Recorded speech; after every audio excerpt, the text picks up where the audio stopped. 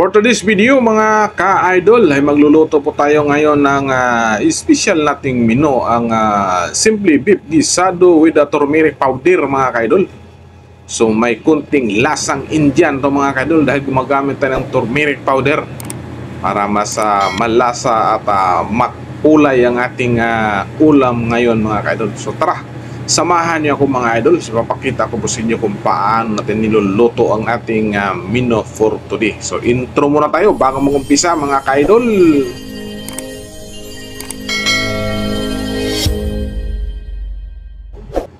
So okay mga ka-idol, start na po tayo. Ito na po ang ating preparasyon, yung mga ingredients natin gagamitin sa ating pagluto. So start na po tayo, naglagay na po tayo ng cooking oil at minced garlic. So isutin na lang natin mga ka-idol until siya mag golden brown. Parang lalabas na po ang aroma. Naglagay tayo ng minced ginger. So stir natin at 1 piece chopped onions mga ka-idol. Okay, palalabasin lang muna natin yung aroma sa ating mga ingredients na ilagay mga ka-idol. At ito nilagay po tayo ng spring onion, yung katawan ng spring onion. At nilagay na po natin yung ating beef meat.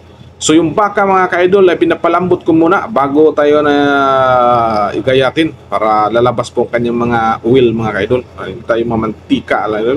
So naglagay na po tayo ng oyster sauce at siyempre yung whole black peppercorn mga ka-idol. So grind natin.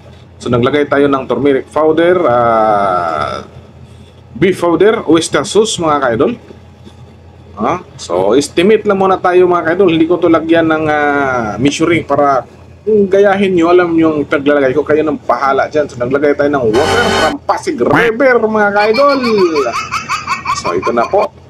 Ay, madali lang itong lutuin mga ka-idol dahil malambot na po yung karne natin. Para diretso-diretso yung ating pag-sauté mga ka-idol. Hindi tayo nagpalambot, pinapalambot ko muna para diretso ang kainan mga ka-idol. So magdagdag tayo ng tubig kung kailangan.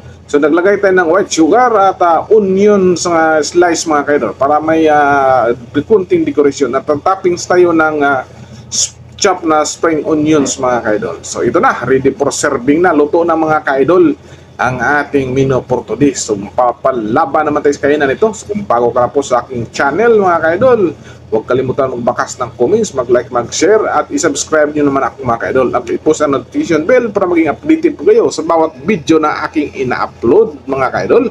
At ang aking Facebook account mga ka-idol, ng Bonifacio Lubas. Tikman natin mga ka-idol yung ating luto ngayon. Simpleng simpleng luto, beef gisado.